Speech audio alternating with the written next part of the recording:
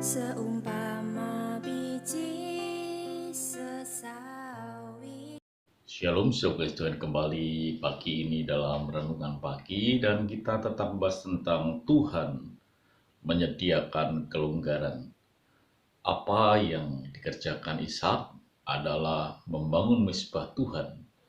Bukan sekedar membangun mezbah Tuhan, tapi dia mendirikan kemah.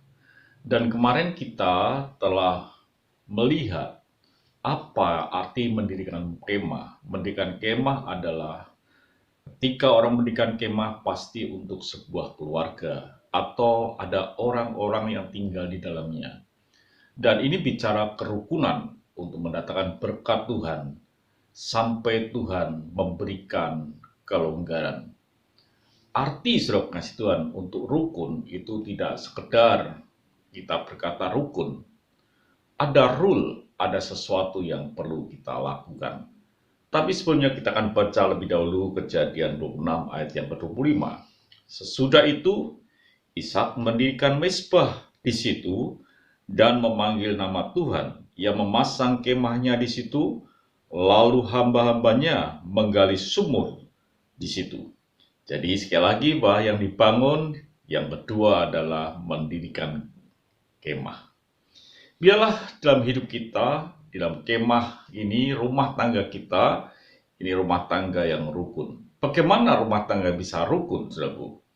Pasti ada rule-nya. Ada bagian yang sudah tahu. Yang pertama, supaya dalam rumah tangga bisa rukun dikatakan di dalam Kolose 3 ayat yang ke-18.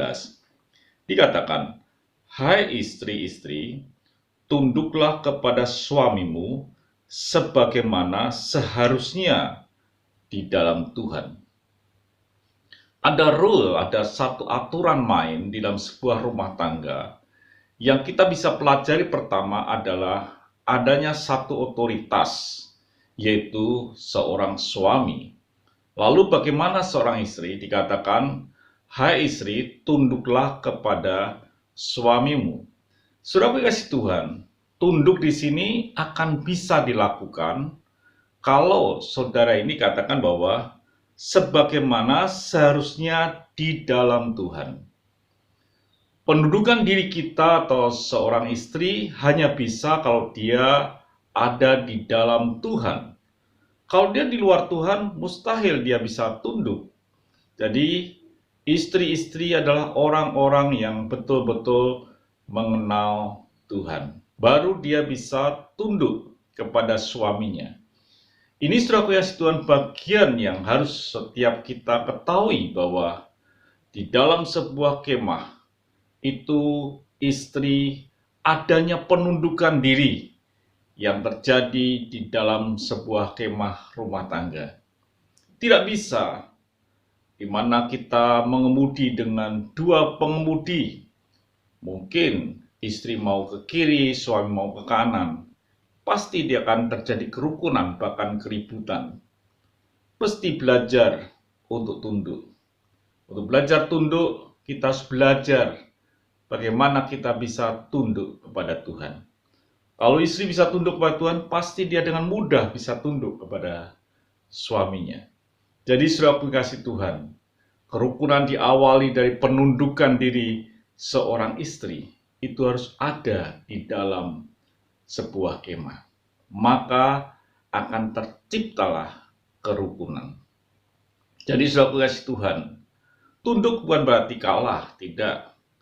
Tunduk kita sedang mempercayakan bahwa suaminya adalah wakil Tuhan. Suaminya adalah imam di mana dia harus tunduk kepadanya. Itu saudara kasih Tuhan, biarlah kerukunan diawali dari seorang istri yang tunduk kepada suaminya. Kerukunan terjadi ketika ada penundukan diri. Tuhan memberkati, sampai jumpa esok pagi. Mari kita berdoa. Kami bersyukur untuk istri yang baik. Kami bersyukur untuk istri yang mau tunduk karena dia mengenal Tuhan.